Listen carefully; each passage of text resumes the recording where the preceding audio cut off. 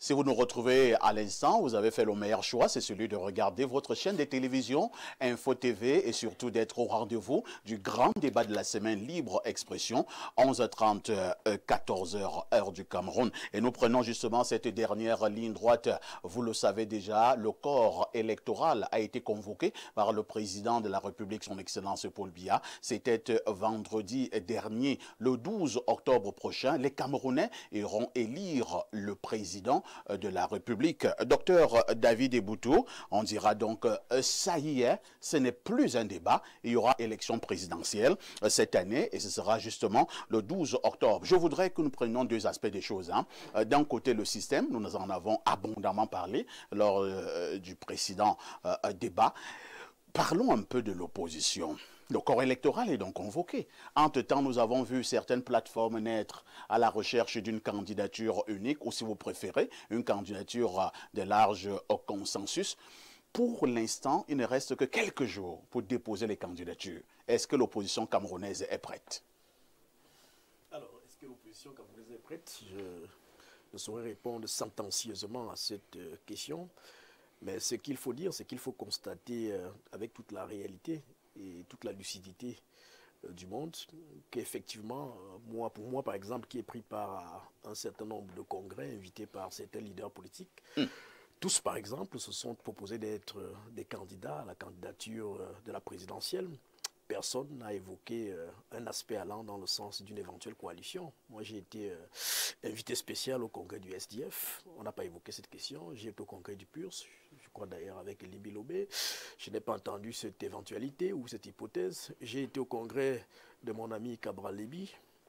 J'ai été au MLDC et même au congrès d'une faction de l'UPC, de l'investiture du docteur Yam.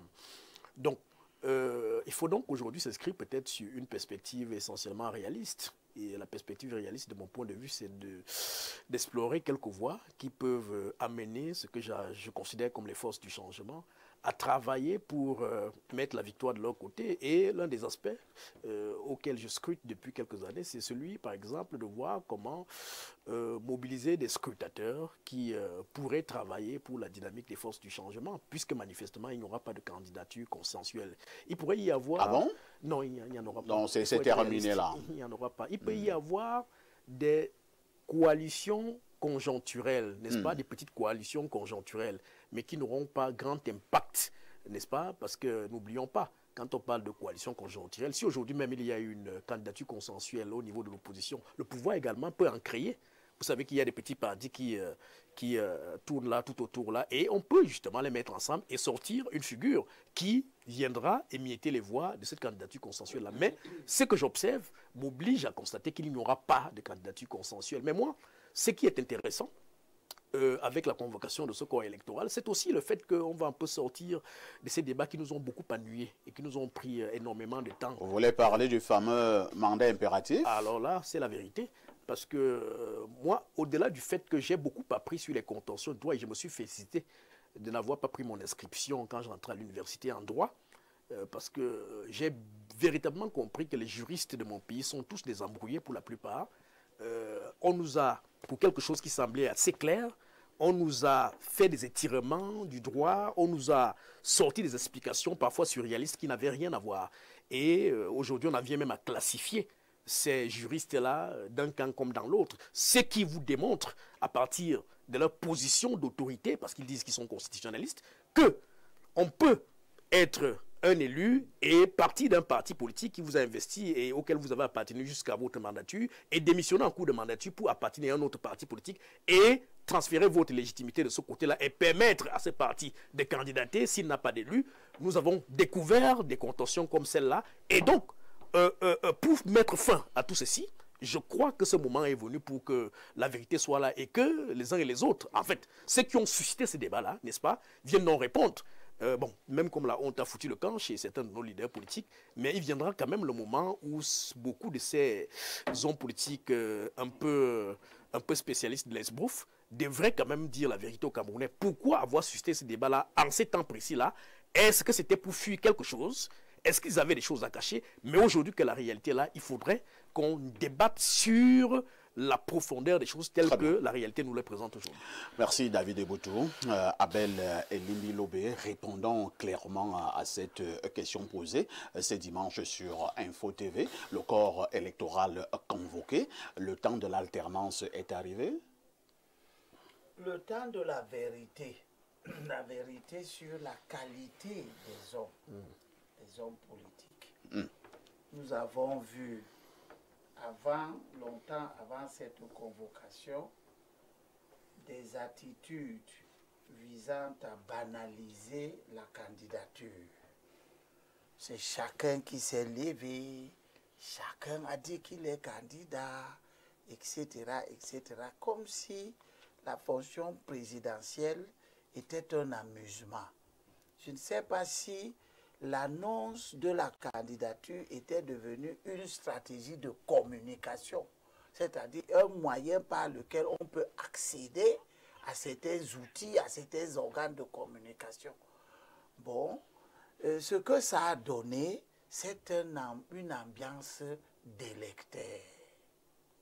Une ambiance d'électeurs. Et comme dit Eboutou, nous avons découvert des enseignements politiques extraordinaires. Extraordinaires que des interprétations juridiques. Du haut de mes 63 ans, je n'avais jamais su que quelqu'un ne part pas à une élection, mais il a laissé. Tu as appris. Et comme je sais que c'est faux, la convocation du corps électoral est venue comme quelque chose de salvateur pour mettre un terme à ce désordre intellectuel et politique, organisé par des gens qui relèvent de ce que j'ai appelé la racaille. Oh là là, c'est insultant là, Elimbi Lobé. Oui, bien sûr, parce que moi je ne savais pas. Et j'ai écrit quelque part que je me demande si Nietzsche, qui est entré dans le SIF avec moi, savait que quelqu'un ne part pas à une élection, mais il a les élus. Pour être capable de venir le dire, plus de 30 ans de vie politique après. C'est formidable ce à quoi nous avons assisté. Que ce soit la ressource intellectuelle du pays, que le pays s'est évertué des années durant à constituer pour que les gens guident le pays et que ce soit ces gens-là qui soient capables d'un tel déni. Eh bien, la convocation du corps électoral est venue mettre un terme à ça, pour nous permettre de dire, ok, vous avez insulté les gens, vous avez traité les gens de tous les noms d'oiseaux, vous avez tout dit, vous vous êtes donné toutes les libertés. Comme vous avez dit que vous avez des élus, sans avoir participé à l'élection qui donne les élus, vous avez des élus parce que vous avez recruté les élus de ceux qui sont allés aux élections. Et que vous avez critiqué. Je veux voir le MRC déposer une candidature avec la lettre d'investiture. Je veux voir Maurice Kamto déposer sa candidature avec la lettre d'investiture du MRC au sens de l'article 121 du Code électoral. Nous allons voir ça. Très bien. Mais Nous attendons, savons, hein. Nous attendons. Nous avons toute cette semaine. Mais je sais que Maurice Kamto boira la honte jusqu'à la lie parce qu'il déposera une candidature avec la lettre d'investiture d'un parti qui était aux élections. Ah bon? Il n'a d'ailleurs pas le choix. Vous êtes dans les secrets de Dieu. Alors, professeur Owonangini, sur ce plateau, hein, depuis de longs mois, nous avons parlé d'une problématique, la candidature unique de l'opposition, ou alors une candidature de large consensus. Visiblement, nous sommes en train de voir que cette candidature-là n'aura pas lieu, comme presque toujours à ces élections présidentielles organisées au Cameroun. Alors, l'opposition ne fait-elle pas honte?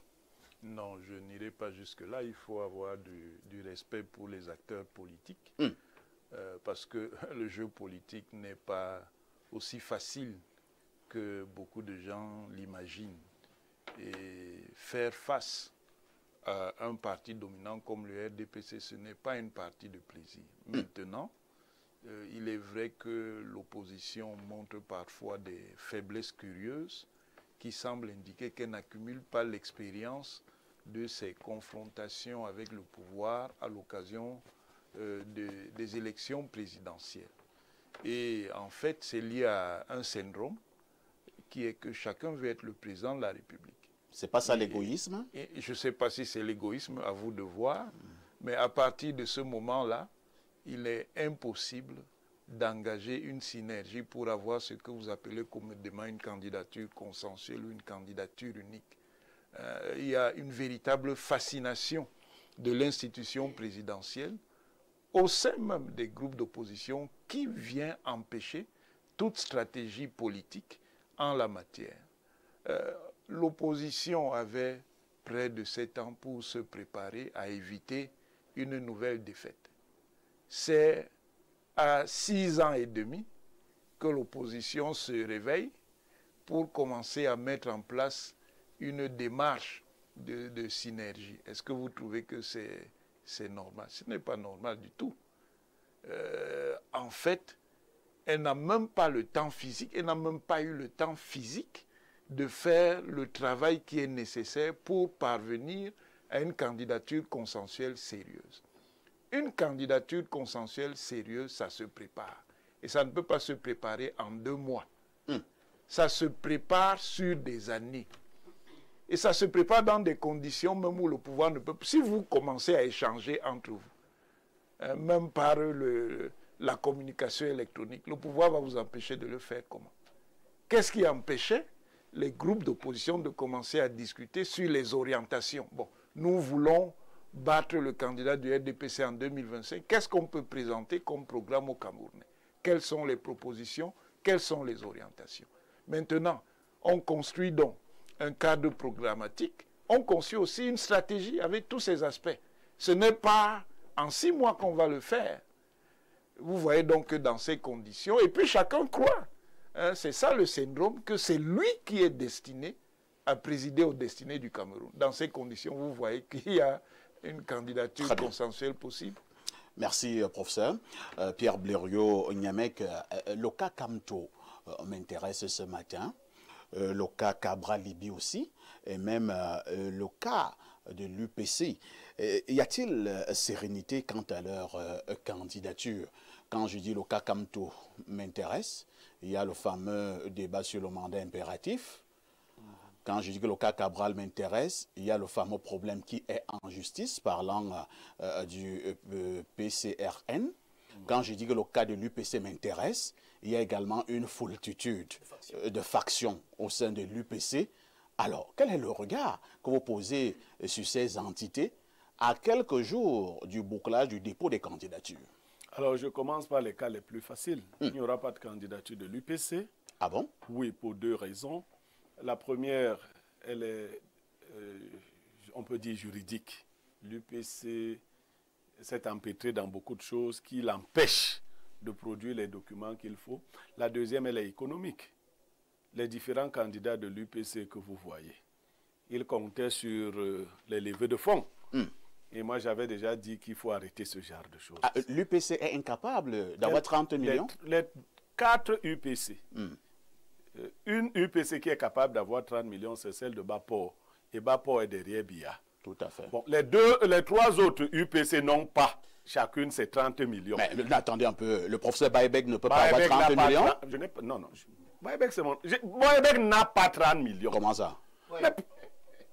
Comment ça? Je suis là pour répondre à vos questions, mais pas pour le comment. Baïbek n'a pas 30 millions. Et il est donc candidat pourquoi? Il n'est pas candidat puisqu'il n'a pas 30 millions. Mais il a dit partout qu'il est candidat. Il y a une intention de candidature. Il a émis une intention de candidature, mais il n'a pas les 30 millions. Donc, je passe rapidement sur les UPC. Je viens sur la candidature de Maurice Kamto. Et les autres l'ont dit avant moi. J'ai plein d'amis qui sont passés à l'invective. Ah, tu n'as pas fait droit, il faut souvent te taire quand... Je dis, oui, moi, je n'ai pas fait droit. Moi, je suis dans les us. Non, moi, je suis dans les us. Et moi, je lis la personne du professeur Maurice Kamto. Maurice Kamto, très fin, voulait qu'on dise qu'il n'a pas, que le MRC a été bloqué. Pourtant, il prépare une sortie ailleurs. Et ces gens-là ne viendront, ils sont comme les gens de Biya, ils ne viendront, et les gens de l'autre, ils ne viendront plus ici nous dire ce qu'est devenu le mandat impérial. Ils se sont déjà tués. Alors Kamto va se présenter et ils vont encore dire que ce que Kamto a fait là est bien.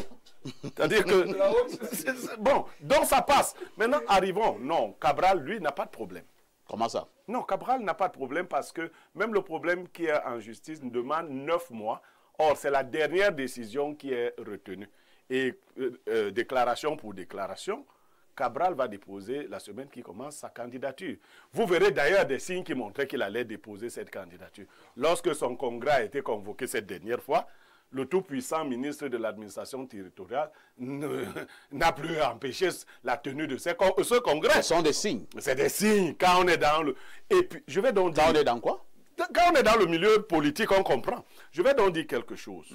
Contrairement à ce que le professeur disait, l'opposition a toujours le temps de se réunir, même à 2 jours. Il y a au moins... On a une intention de candidature sur le plateau, n'est-ce pas? Oui, on en parle tout à l'heure. Non, Valère aussi ne sera pas candidat.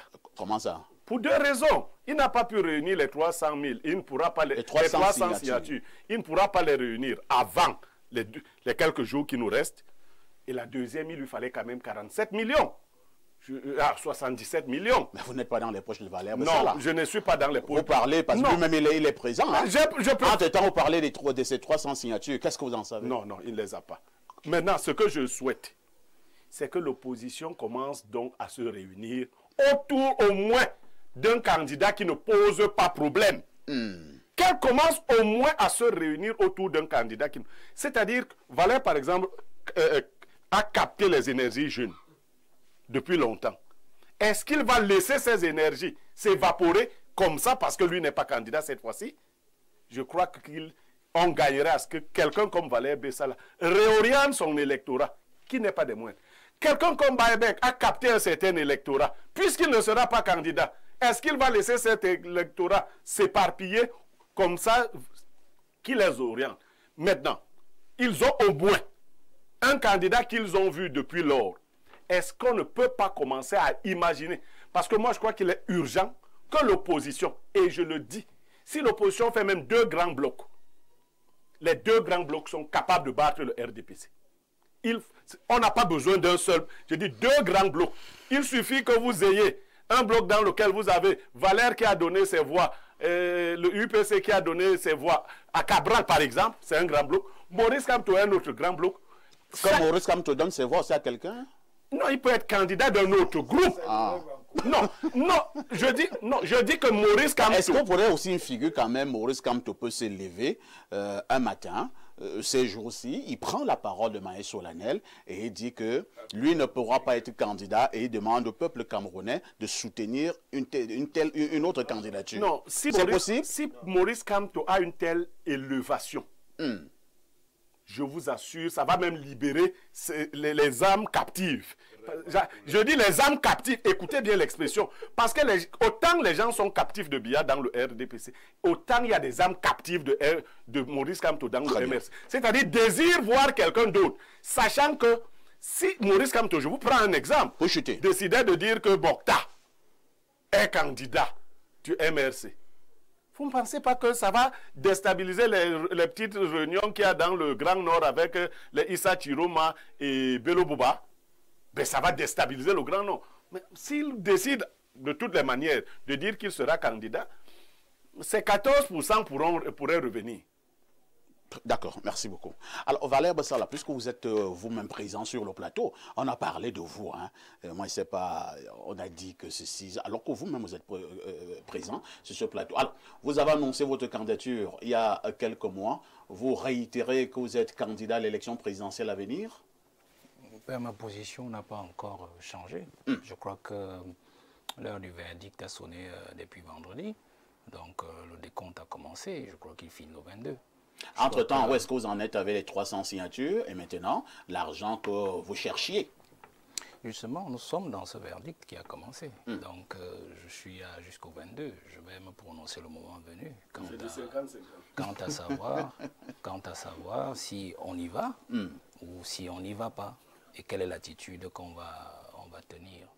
Je crois qu'il est important de mentionner pour ceux qui ne font pas la politique ou qui n'ont jamais créé d'appareil politique pour en savoir exactement quelle est la douleur que l'on ressent quand on est dans l'opposition, particulièrement l'opposition politique, et quelle est davantage la double douleur que l'on ressent lorsqu'on est un leader dans la scène politique camerounaise en l'état actuel du régime du renouveau.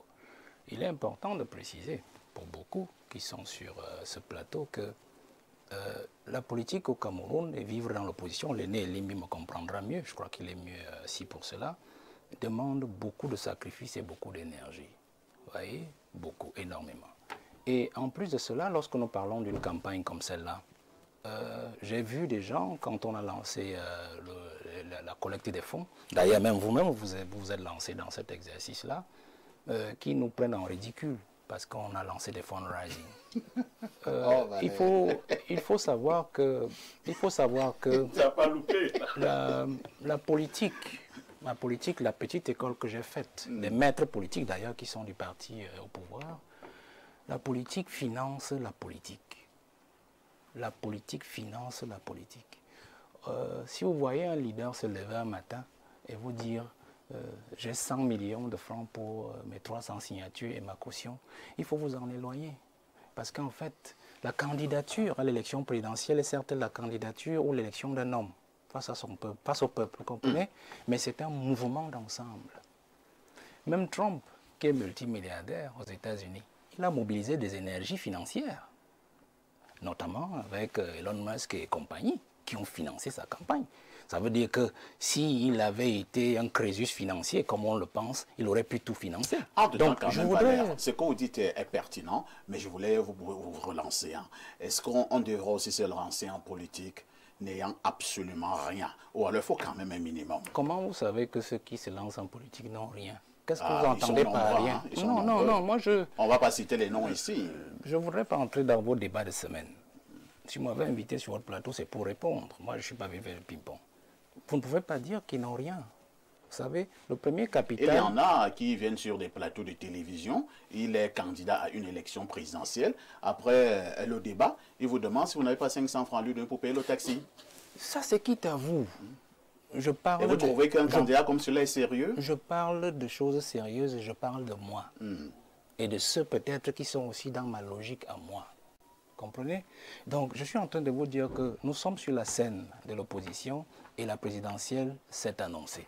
Ce que nous allons faire dans le parti Jouvence, c'est tout à fait clair. Nous avons notre stratégie à nous que je ne dévoile pas ici et j'ai dit que je prendrai la parole au moment venu, d'ici quelques jours ou justement après, pour me prononcer dessus. Je vais plutôt évoluer sur le débat qui a été annoncé quant à l'opposition. Non, on ne doit pas confondre la candidature consensuelle et la candidature unique. Parce que la candidature unique veut simplement dire que nous sommes tous tombés d'accord sur une seule et même chose, ou alors sur une seule et même personne. Consensuel, ça veut dire qu'on peut avoir même 2 ou 3 candidats du consensus. C'est ce que M. Blériot disait, que des blocs, par exemple. Quand on a déjà 2 blocs dans l'opposition, ça veut dire qu'il y a 2 candidats consensuels.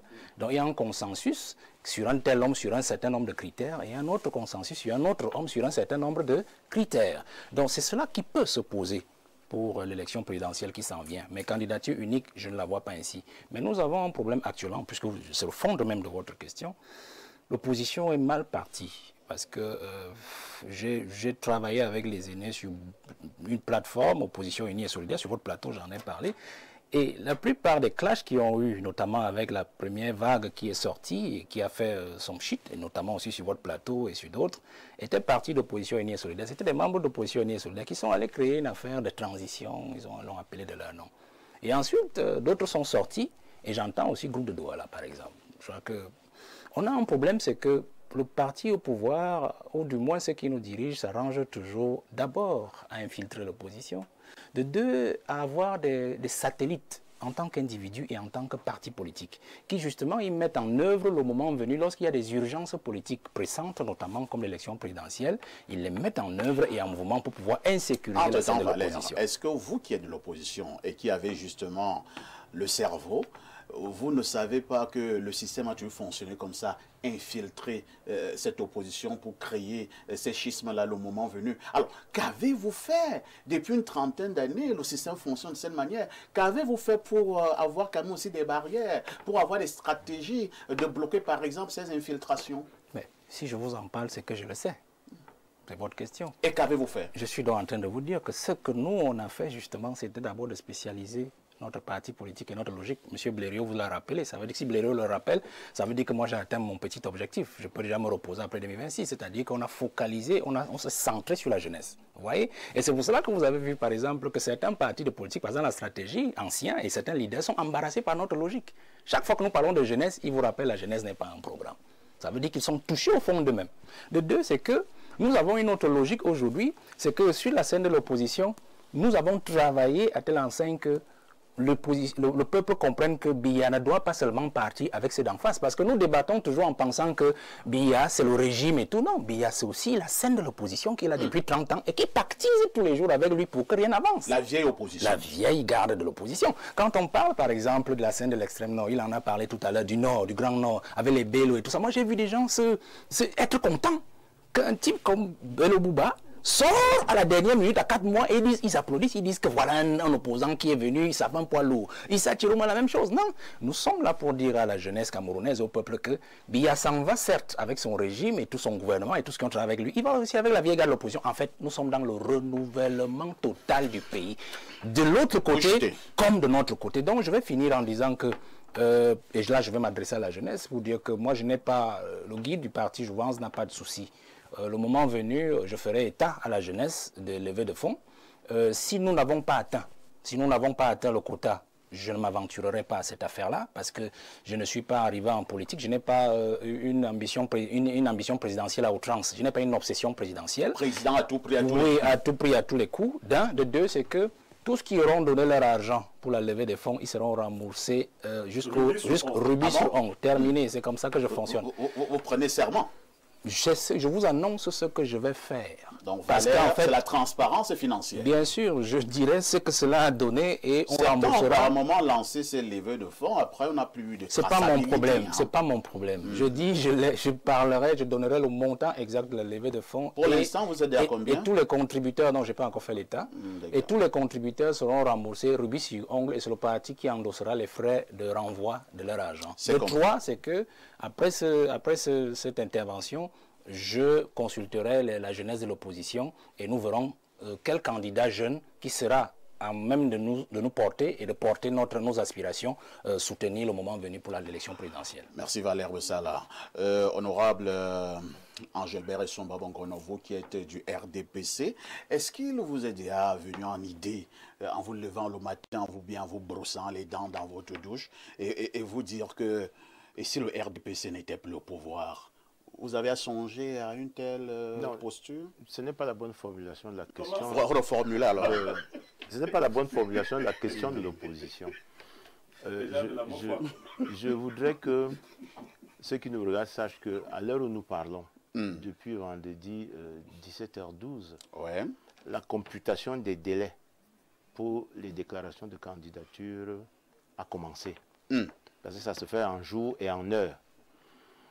Première chose. Deuxième chose, à l'heure où nous parlons, seulement 18 partis politiques au Cameroun peuvent investir.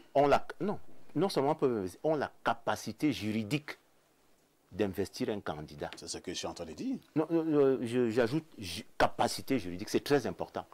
Parce que cette capacité manque, on parlait tout à l'heure du MRC, elle manque cruellement au MRC. Parce qu'il n'a pas de siège. Il n'a donc pas de représentation dans les instances qui donnent cette capacité juridique, qui ne s'acquiert que si on se soumet au suffrage des électeurs. Première chose. Deuxième chose. Troisième chose, la seule voie qui reste en mon jeune neveu Bessala, c'est effectivement la voie des candidatures indépendantes. C'est pour ça que ceux qui nous regardent doivent savoir que, comme il n'a pas de siège il n'est pas représenté dans un certain nombre d'instances, la possibilité lui est ouverte d'avoir 300 signatures à raison de 30 par région pour être candidat à l'élection présidentielle. Donc Valère Bessale, lui, n'a pas songé à acheter aussi... Il ne parle pas de mandat impératif parce qu'il sait que le mandat... Peut-être Valère Bessale ne maîtrise rien en droit. Non, non, il maîtrise. Moi, j'ai lu son papier sur le mandat impératif. Il sait que le mandat dont on parle a d'abord un objet. L'objet, c'est à l'article 14, alinéa 2 de la Constitution, c'est-à-dire légiférer, contrôler l'action du gouvernement. Dès que tu sors de ce mandat, ton histoire de mandat impératif ne tient plus.